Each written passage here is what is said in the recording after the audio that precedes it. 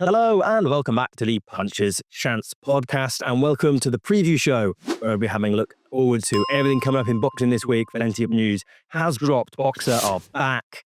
We've got the undercard for Eubank, Benn 2. Dana White's making some moves over in the States, but more importantly, the Ring Magazine have dropped their latest top 10 heavyweight rankings, and there's no Anthony Joshua on the list. We'll get onto that in just a moment. If you haven't already, subscribe for the podcast every single week, follow us on social media, all that good stuff. Straight into it. Let me read out that top 10 so we can sort of break it down a little bit. Usyk's obviously the champ, Fury, Parker, Caballel, Dubois, Hrgović, Wardley, Zhang, Bacoli, Moses Atoma, Ben will be happy, and then FAS Jagler sneaks in there. So AJ's been removed on the premise of inactivity. You've got a retired Fury on the list. You've got a Bacoli who's off the back of a loss and a draw.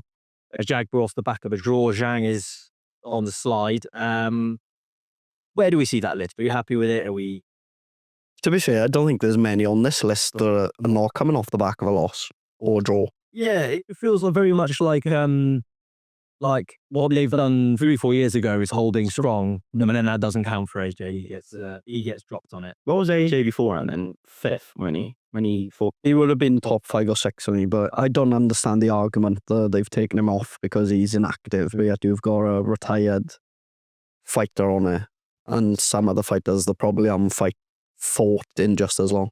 Yeah, it seems a little bit odd, but I suppose are we overly offended by the whole list, or was it?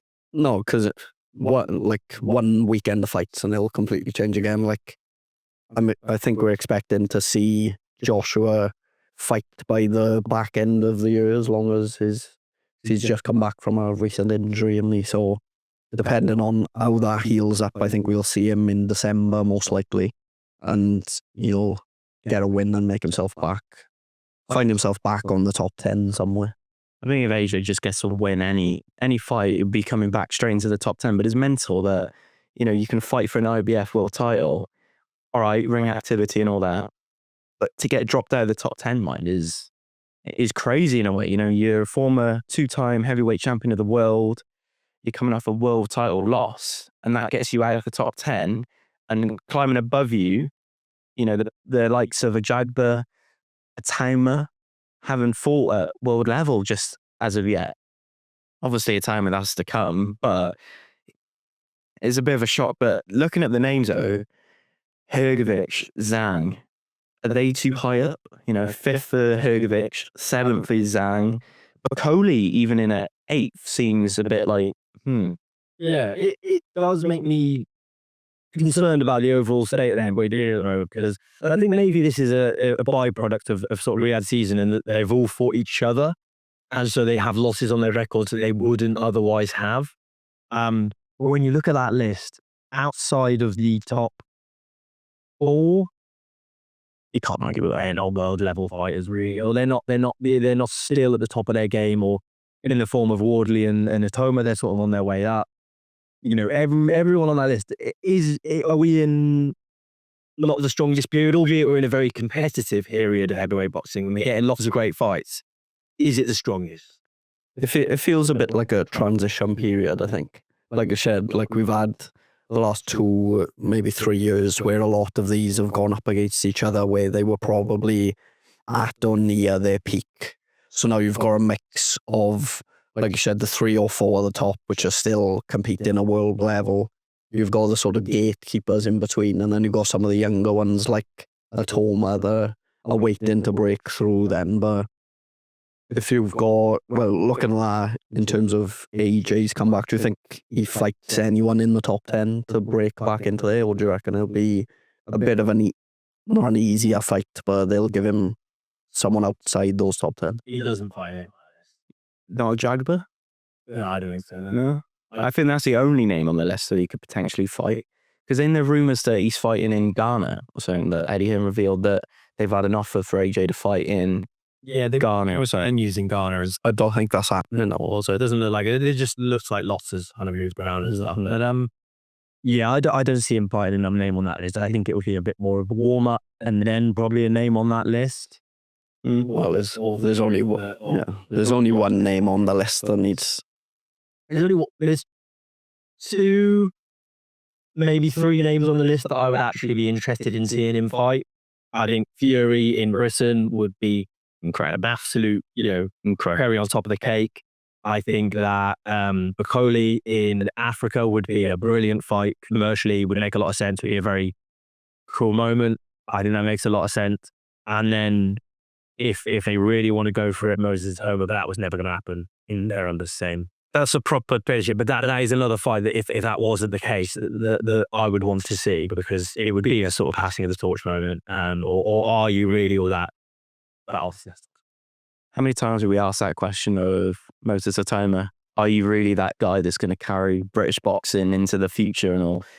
People said about that fight against Dillian White, ooh, is this a little bit too early? Question mark. Someone didn't have question marks. It's this guy right here, but he's warranting himself now to be in the top 10, I think, Atoma. But it's interesting as well to look. Only 2 fighters in this top 10 are currently scheduled to fight each other, and that's Fabio Wardley, Joseph Parker, October 25th. If Wardley beats Parker, now here's a question for you. Does he rise above Dubois and Caballero and take that second spot off Parker? In my mind, he becomes number 1. Wardley now, if he beats Parker, or if it retires, if he beats him, he becomes number 1. Fury's retired. He's not fighting Usyk again. So if anyone is going to fight Usyk right now, it's Joseph Parker. So if Fabio Wardley beats him, he is probably the number 1 heavyweight in the world, which is a mental thing to say, and it's a big if. From white collar. I know everyone hates talking about that. Phenomenal if. But if he beats Joseph Parker, absolutely, yeah, he's number 1 heavyweight in the world. Imagine Fabio Wardley getting a crack at Usyk. Great. That is mad. That's something you definitely wouldn't have seen come in probably even 12 months ago. But I still don't think I think it's a fairly slim pick. I think if Wardley beats Parker, it will be similar to the vein that he did against Justice Hooley. But he's going to have to absorb a lot more damage in those earlier rounds, because Parker will look to get him out of there. With Andy Lee, he's going to bang. He's not going to just kind of outbox you in the same way Hooney did. But if he can absorb that damage and stay in the fight, we know he always has that one shot if he can find it. And Andy Davison and the team, they will set him up. They will find this moment in which, if he can land it, it'll happen. That's what it's. And to be fair, Joseph Parker is susceptible to taking a shot. And when he does get caught clean, he goes down. And the Zoom fight was worrying. I felt I wanted Parker to win that, and I was stressed.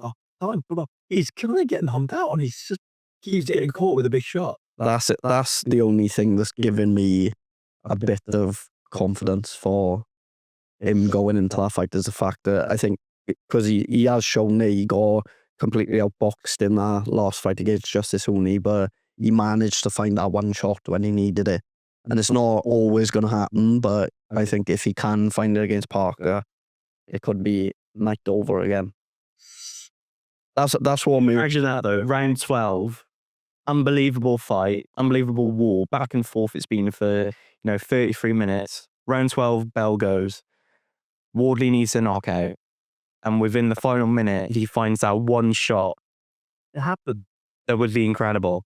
He's got a puncher's chance. But let's be real.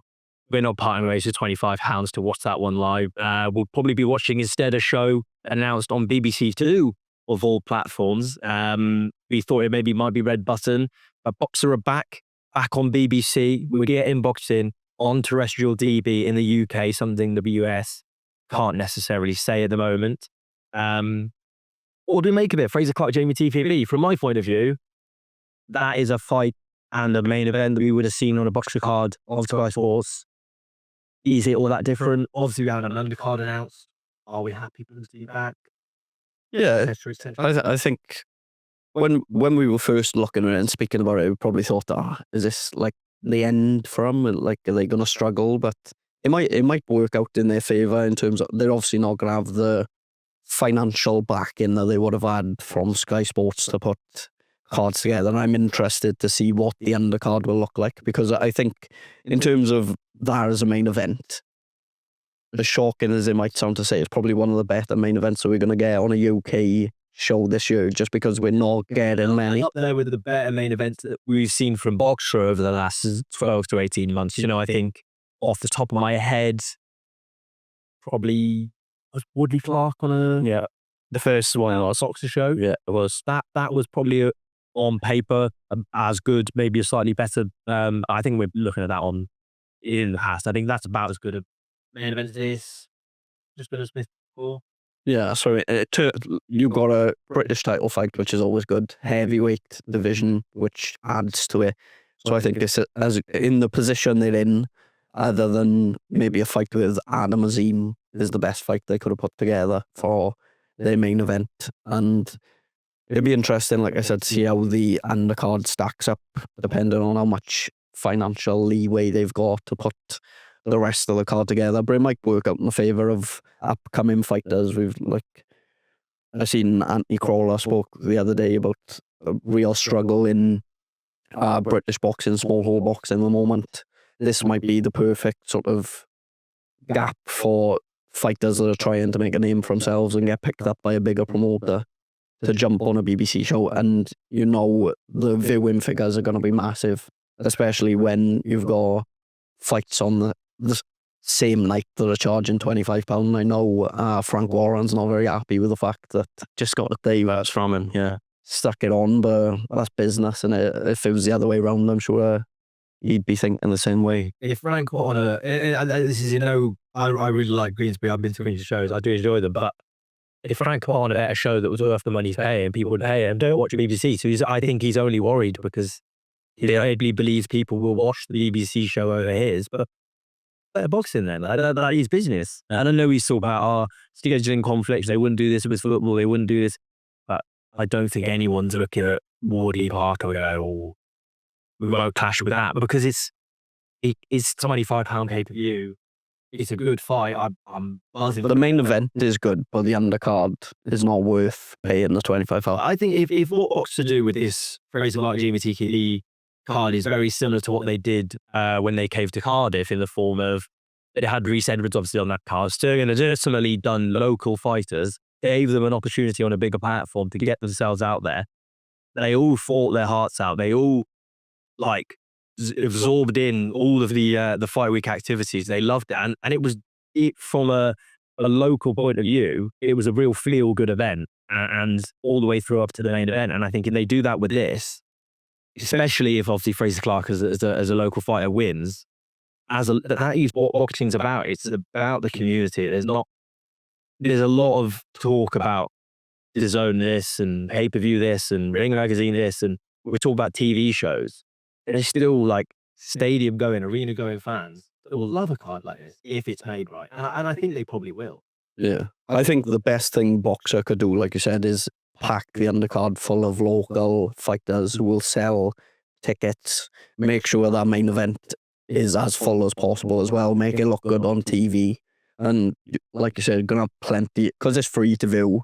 Even boxing fans that don't normally sit down on a Saturday night and watch a fight card will put even just that main event on to watch it, and it looks good, and it snowballs on to the next show. Surely Clark about it, say, look, teach us how to put on a 50.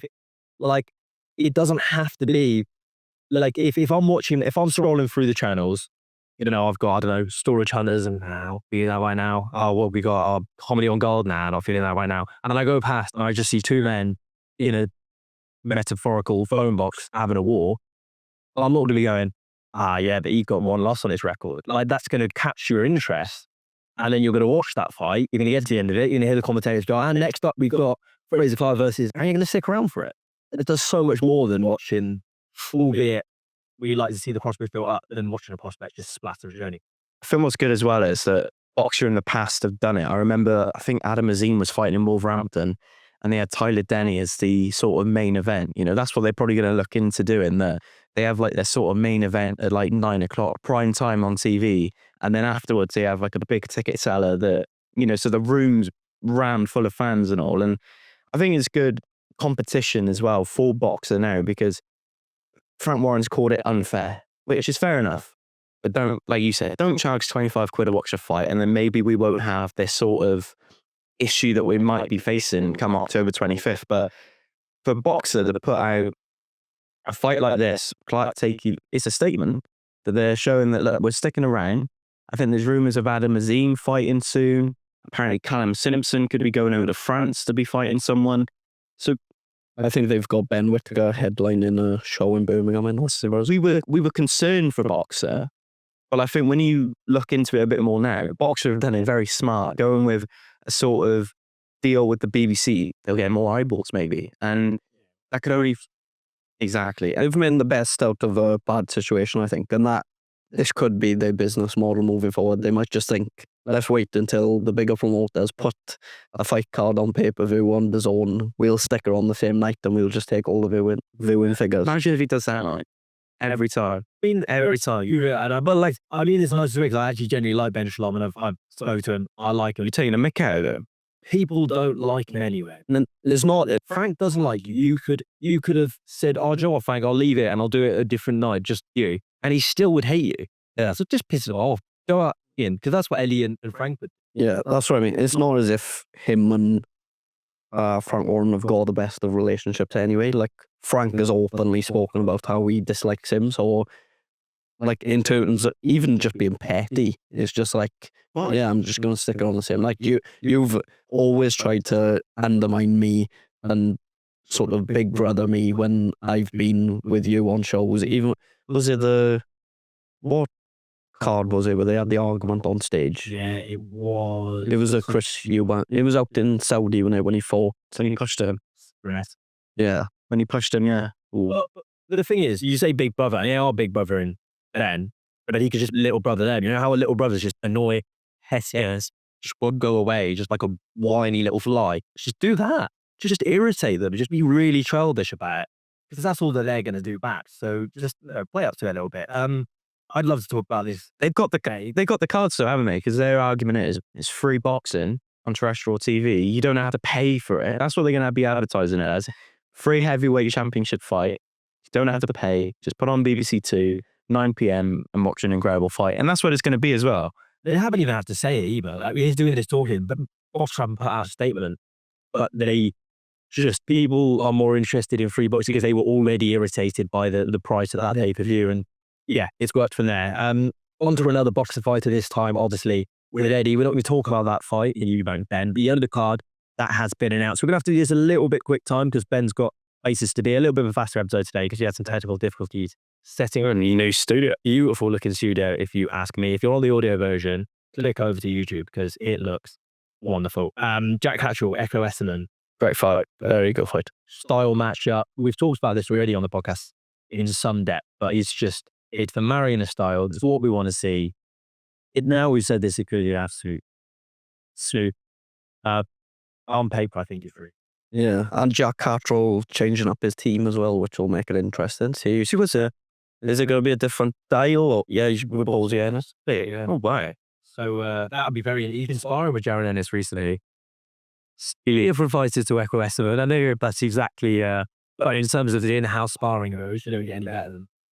No, he's best in the division, isn't he? But he must be loving life, my Echo Essendon, because he went out to Glasgow, beat Josh Taylor, and now he's fighting on a big card, co-main event to probably an unbelievable main event in Chris Eubank Jr., Conor Benn. But so he'll be thinking style-wise, I had a good nightmare. He is going to be a nightmare for him. It's going to be hard work for Jack Cattrall, believe me. I'm interested to see whether we'll see the same Jack Cattrall or whether it's going to be with a different team. Is it going to be a switch up of how he looks to fight? But clearly, I think he needed that change because he's been so close so many times. Like, I don't know how many times we've sat on his podcast and be like, oh, is this the time he's finally going to crack it and get, well, he should have been undisputed at one point, and he might finish his career without ever winning a world title, which is how boxing goes. But this, I think, is very much 50-50.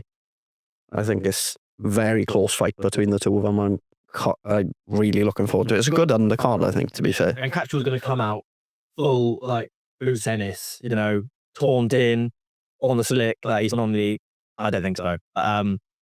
he might be slightly less boring, to use his own words, than perhaps before. Like you say, you mentioned the name Adam Azim, Zaura Abdullayev, his opponent. Tough test. 22. Yeah, it's another little natural step up. It's not a jump up. In opponent, Dalton Smith, for example, which I think obviously with the boxer versus Matchroom, any style they could have tried. And be fighting in Puerto Rico. Dom Smith, he's going to be fighting in New York, I believe, against Real Matias. And it looks like they're trying to build a ring card in New York with Shakur and whatnot. Wow. And albeit they didn't win the I was for that.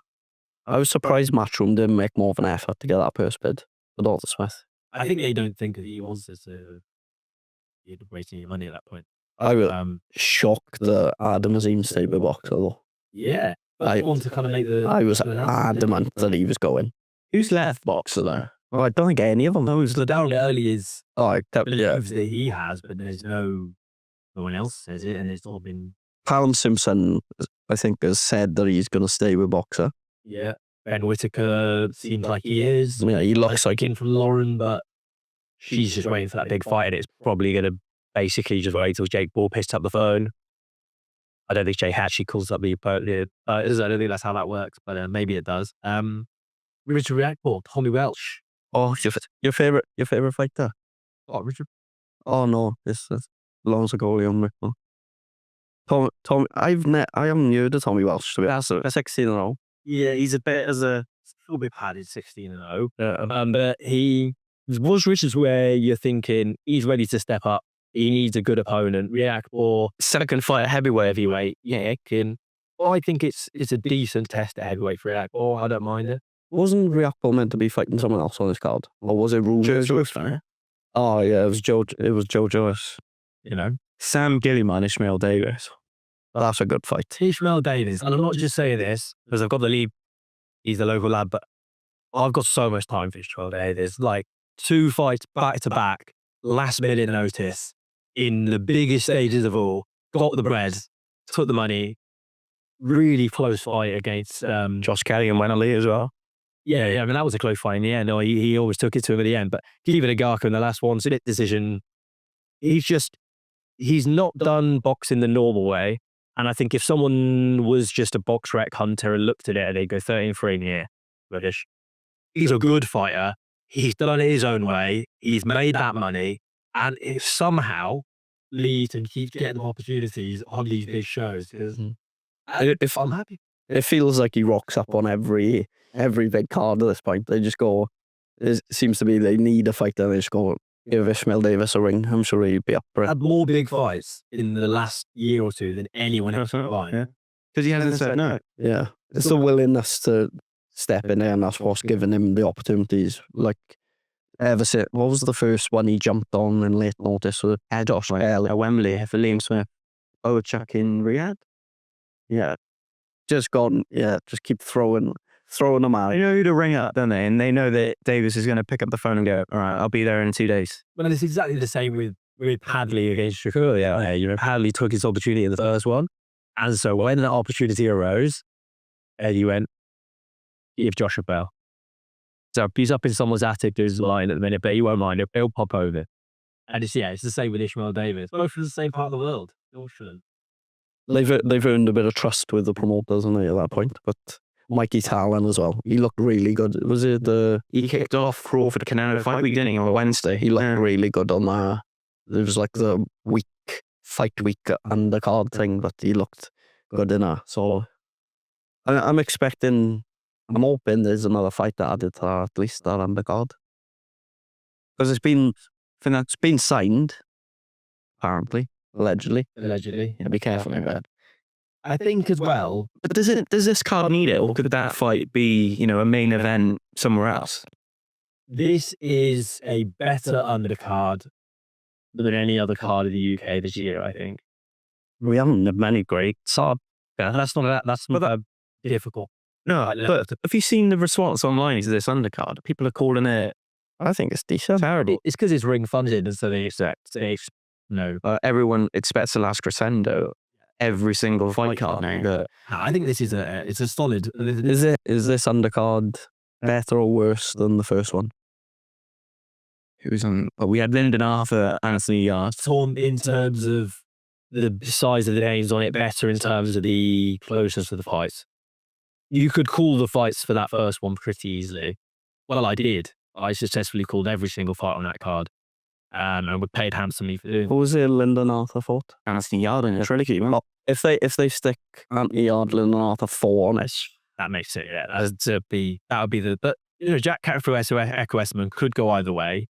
There's a world in which Azim slips up against Abdullayev.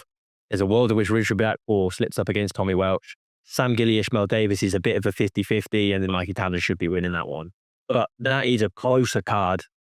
Albeit, I suppose maybe we didn't expect for Darryl Riley, Shep Clark to be so wide. But I think it's a good card. You mentioned Crawford Canelo. Yeah. This has been quite a quick episode. I do apologise for that, but time is of the essence.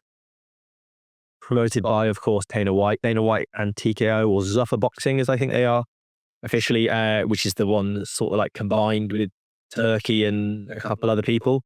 I've done a deal with Paramount Plus for their boxing, which makes them one of the few American promoters with some form of TV deal. It's only them and go out in America. To zone. That means they broadcast in America. So does that mean the fights will be shown anywhere in the UK? Or you can get Paramount Plus, pay. So you just pay for Prime? It's one of them. Not one of them. If we get fight cards on Disney Plus, I'd be very happy. Oh, there. But when you watch your cartoons, you can watch boxing then as well. I'm sure you've got a start. I don't know. What, for this card? Well, no, it hasn't provided on Disney since. No. It's nearly. But what's interesting there is that Dana White obviously did sort of all the media on Monday for this like massive announcement. There's a minimum of 12 events a year. First one planned in January. It's going to be similar to the UFC Contender Series, Tuesday night fights. And he's looking at signing to 400 to 450 boxers, less weight classes, one champion per division, not bad. Will include women's boxing, but 400 fights for 12 events a year. I did the maths. It's about 33 fighters per card, or 33.333333. 16 and a half fights per card. On a Tuesday, they're talking about 16 fight cards in total, aren't they? I think 12 events a year though. I've got by 60. That's minimum of 12, I'm not sure. 16 fights on a Tuesday. Who's watched? They're going to start. Well, especially in Vegas, where it's going to be probably. Yeah, it's interesting. Hey, you know what though? I like it, but in a sense that it's different to what we've seen in boxing. We complained with the fellow Crawford. It just was another boxing card. He talks about, I'm going to revolutionize boxing. I'm going to change things. Boxing is going to be this, boxing is going to be that, and it was exactly the same. So the only that it was different, and this is very different. The only difference was on that fight was that Thursday night sort of fight card, like the underground feel into it. They did that with Joshua. What was it? No, they did one of them. They did a small card, midweek card. No, but this one was like they had Long fought on it, I think. No, but this one on the Thursday night, It's Congo on it. Yeah, they'd done it after the weigh-in workouts. This was its own fight card, and they had like actors and all. Yeah, but on the stage watching it. Yeah, in a way. But who knows? It's good for boxing that they're trying to freshen things up, I guess. But do you think it changes the future of boxing? Do you think in 10, 20 years' time we'll see like prospect fighters all just fighting each other every week? Or can't lie, man. I think Dana thinks that's if you're a local boxer now fighting on small order, you're thinking, I want to be one of those 400, 450 fighters that are getting signed. Because imagine the opportunities. Yeah, I think to a certain, if you're just starting off, maybe, but I think you're getting tied down in a contract that doesn't allow you to get the opportunities that make you life-changing money. They don't allow you to, and they're probably not going to pay as well as those bigger shows. I think it's the hope and the willingness. And every fighter we know says, I want to get a world champ, I want to get a British champ, I want to get like higher than they're likely to achieve. And I think this is almost accepting that you'll never be that, if that makes sense. And I can't see that many quality fighters taking that out of you. I'm not sure if the sort of UFC model is going to work in boxing because the money difference is just too vast. Like the big fighters are fighting world. If you do get to a point where it is just one belt, and they're fighting for, like, some UFC fighters get paid silly amount of money less compared to boxers. Like, they're not just going to go, oh yeah, I'm happy with that. Yeah, we'll have to see. And obviously there was the talks about they're looking to make changes to the Muhammad Ali Act as well. Who's he's just behind me here. I'm behind those guys there. Courtesy of Boxing Fight Zone. We've got a code down in the description for discounts on that. They make some great clothing, some cool boxing stuff. They got some Christmas stuff on its way. Bit of an exclusive, but it's not out yet. So stick around for that if you want your new Christmas jumper. Should we go on to our predictions so we can preview our fight? I don't think we have time. You don't think we got time? But Ben has. Well, we'll run through it quickly first again. We'll do it quickly. The predictions for Look at the competitiveness in mind. He hasn't got time, but he still wants to. Daniel Collins versus Cristobal Lorente, isn't it? Yeah. We'll be doing predictions on the Boxing News app. I believe the winner faces Stephen Fulton next. He's already the WBC silver, Stephen Collins, and this is for the EBU European. So, yes, presumably the UC champion Stephen Fulton will be who he's fighting next. There's a fight night in Nigeria this week as well. There is. See an Amir Khan promotion. Lots of big names over there. Brandon Glenn. Paul Keane. That's an interesting fight. I feel like I've seen Paul Keane before on a card, and I can't. Kieran Jones. He was meant to fight, wasn't he, for the county title in Cardiff. Aiton Brown versus Keane. I'm picking up a Brown points decision. Brown stoppage. Has he looked at what's his goal Brown points? Looked at Paul Keane's losses. In Blackin versus Louis O'Doherty. 16-0 against 10-0. 12 round of that one.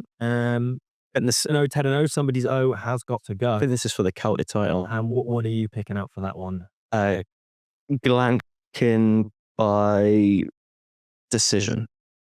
Fair enough. Yeah, I'm going to go the same. I'm going the same. Very excited. Willie Hutchinson, Mark Jeffers. Now that's a fun. That is a scrap. Just how do I know him? Is that this weekend? Yeah. I never expected to see it. It's two fighters at one point were touted as the next big things, and are both sort of fallen off of that one a little bit. I like Jeffers a lot. Hutchinson's coming off an injury as well. Yeah, what are you going for on this one, Ben? Mark Jeffers stoppage.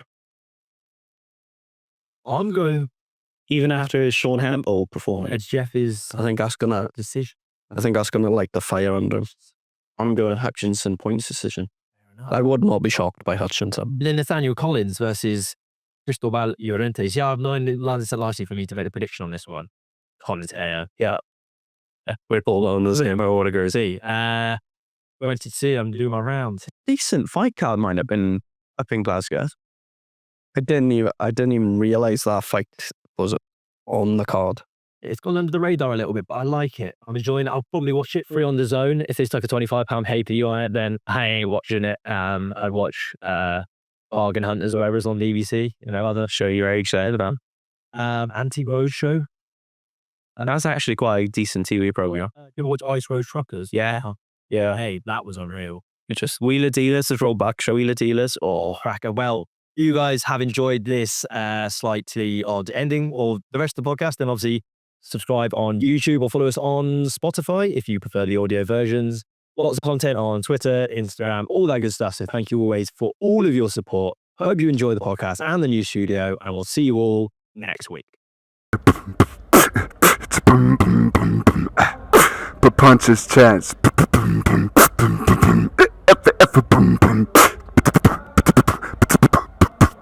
Punches Chance Podcast.